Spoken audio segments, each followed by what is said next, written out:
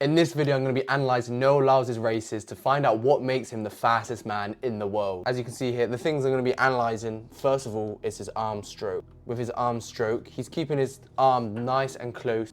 In the front side, he's keeping it nice and close and tucked in, as we can see here. So he's keeping it nice and tucked in. He's not allowing too much of an angle to open it at the front, because that allows this back leg to come in through faster, because basically your arms mimic what your legs do. So if you have a short arm swing at the front, you're not going to have much backside mechanics. But then also if you have a big arm swing at the back, as you can see here, he has a big knee drive at the front. So as you can see here, big out the back, and you can kind of see the correlation there. It's kind of the same.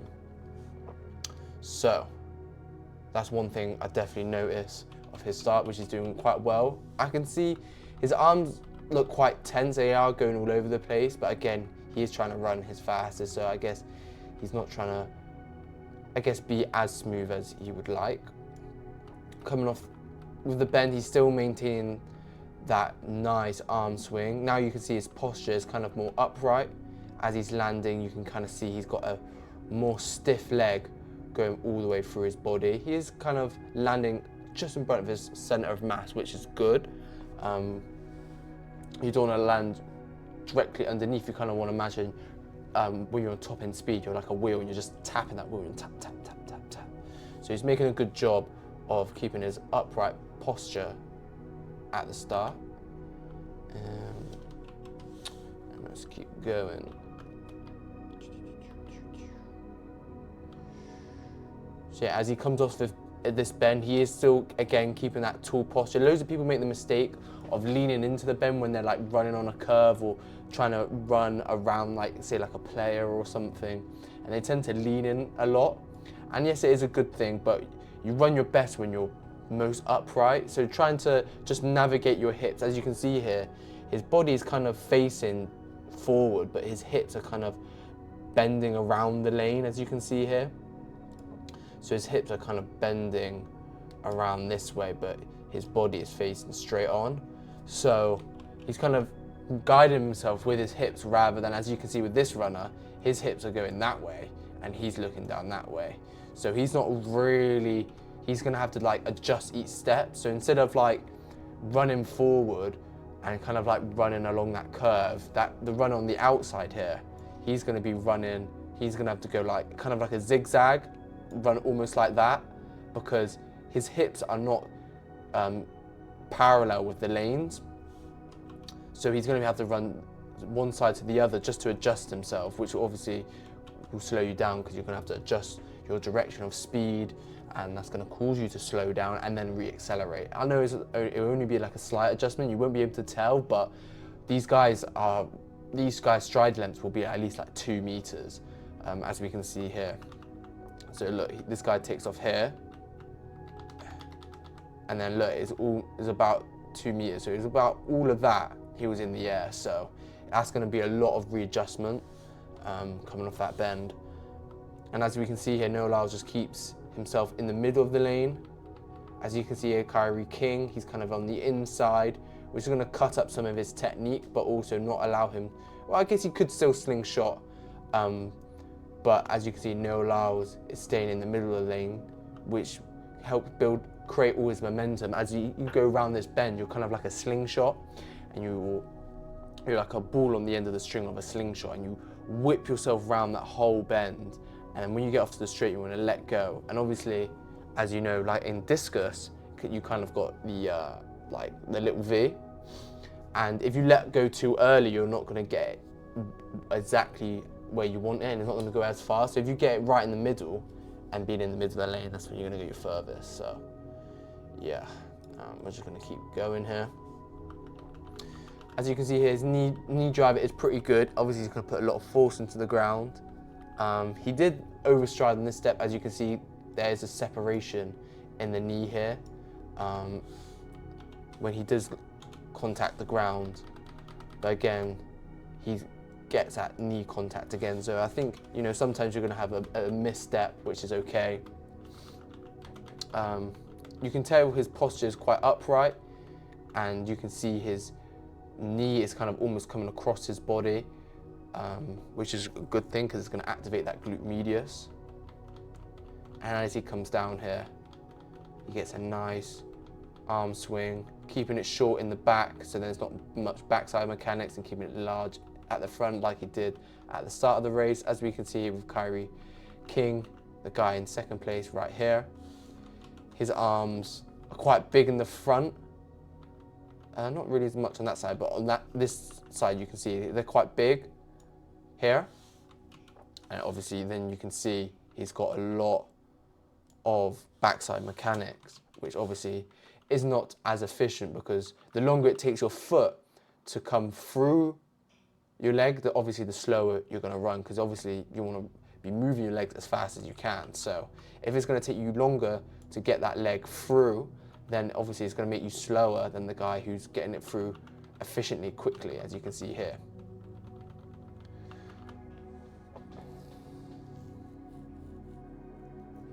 Because that knee, because that foot cannot travel, that knee can't go down until it's come through. So obviously, you know, the longer it takes to come through, the slower you're going to run. And then as we come through here, Noah Lyles, you can tell he's kind of leaning a bit as he is landed in front of himself. As you can see here, his foot has collapsed. He has that bent knee, so he's not going to get as much power. As you can see here, this guy has a straight knee leg, when he's landing, so he's able to elastic recoil off that leg. But I think Noah Lyles is just trying to get the win here.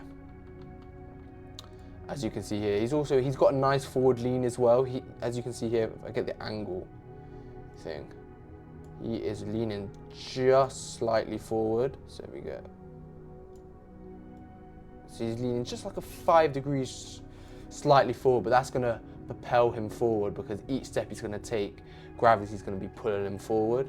So that's good, because every time he's going to land under himself, he's going to almost be pushing off. As you can see, he's got that extension out the back, so it's almost going to be pushing him forward. Also, something I noticed from this as well, this still, is that Kyrie King, I can see his back is kind of arched.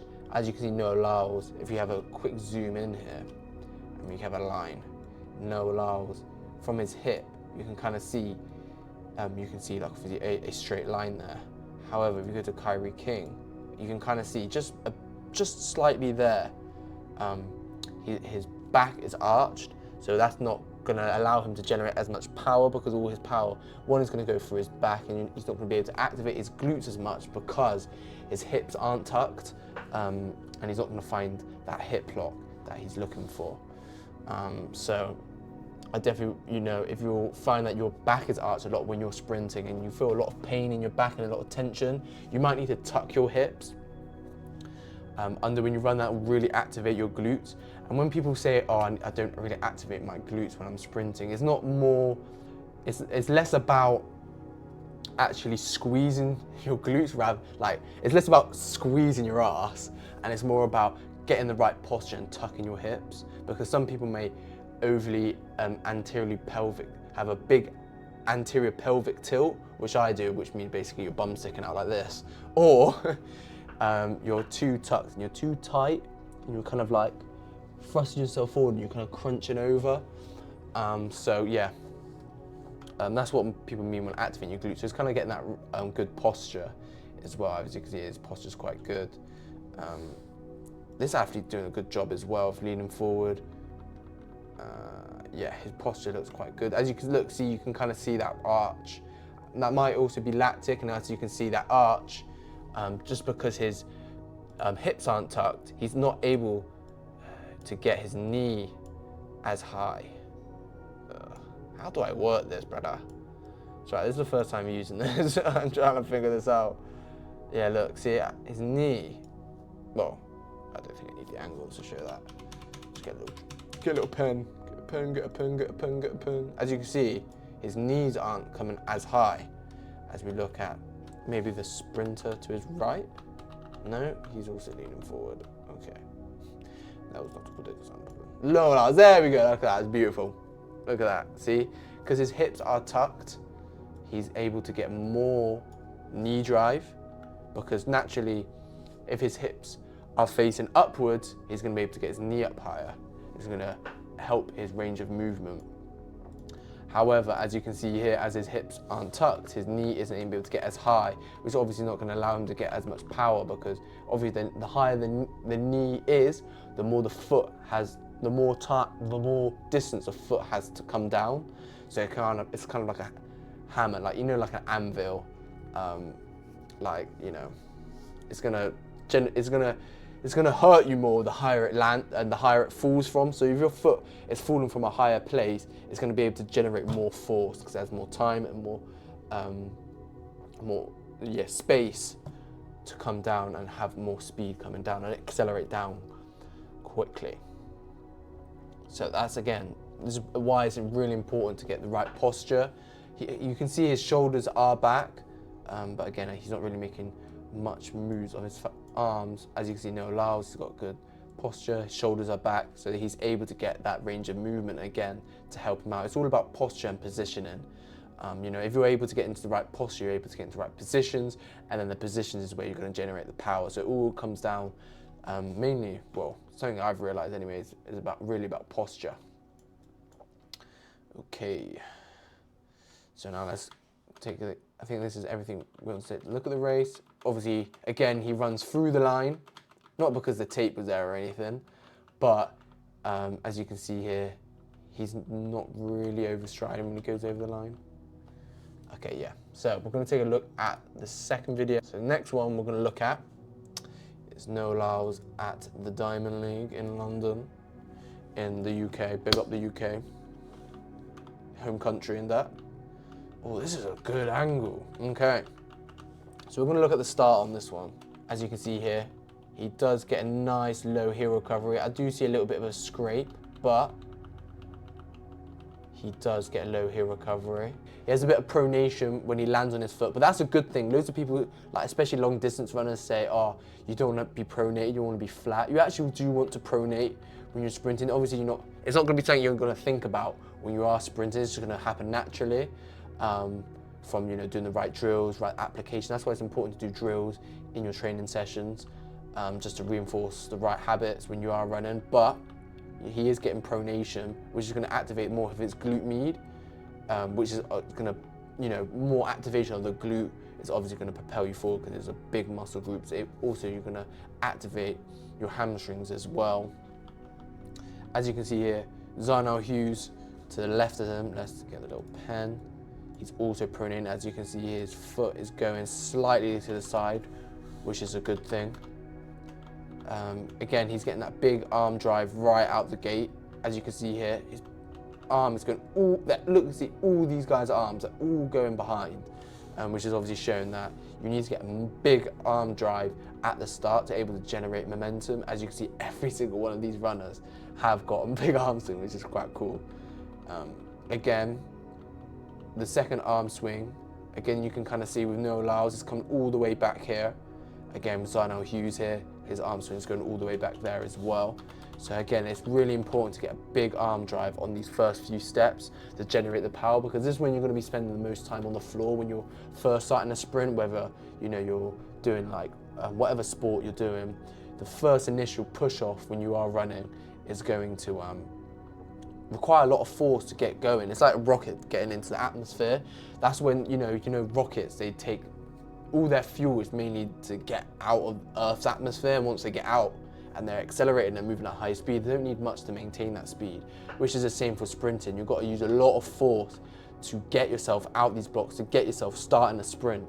And then once you're able to get upright, as you can see here, and they're really starting to go, the arm swings get a bit shorter, as you can see it. Like I said in the previous video, he's got a bit tucked here, a bit big behind here again still. But as he's got going, he doesn't really need that big arm drive because, you know, he's already gained the momentum. And if he just starts, again, just doing the big arm drive, it's not going to help him get anywhere because, you know, he's already going. It's actually going to slow him down because it's going to take more time for that big arm drive to come through because he's already generated the force. And if he tries to regenerate force, he's just obviously going to slow himself down. So, yeah. And as we come through, Another thing, this is a good angle as well. You can kind of see their hip positions as well.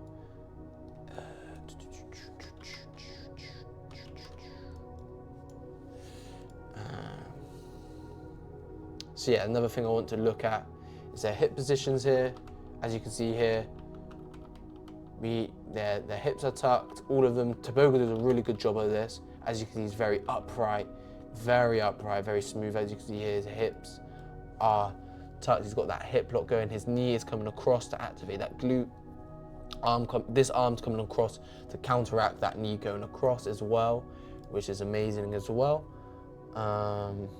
As you can see, this knee is coming across, and this arm up here, I don't know if you can see because of the video, but this arm up here is coming across also to counteract that knee coming across, which is able to activate more of the glute, activate more, you're able to get more as well. And the reason that you want your hips to, your knee to kind of come more across your body than people think, because people think to run in a straight line, you just need to be all straight like a robot, but you actually kind of need to be moving across each other. Like when you're running, your hips are like kind of oscillating and they're moving in front of each other. It's like it's a weird dance of like the hips, Shakira kind of vibe, but Shakira, but yeah, you kind of want your hips to be moving like this and over each other.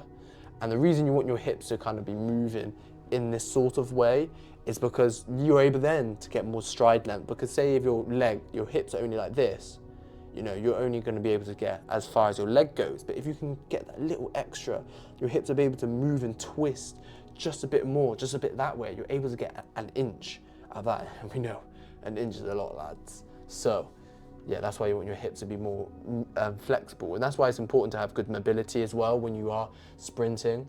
That's why it's important to have good mobility, so you're able to get that extra bit of stride length, because every inch is going to help you. If you're able to, have your stride length a bit further, obviously it's going to take you less steps to get to your destination, and less steps is obviously going to help you run a lot faster. So yeah, that's why obviously Usain Bolt was fucking mad, because he took like 40 steps to get to the 100-meter line. That boy was nuts, and he moved his legs over fast. So if you want me to analyze your race in my next video, I have a form below. So yeah, submit your video clips. Peace.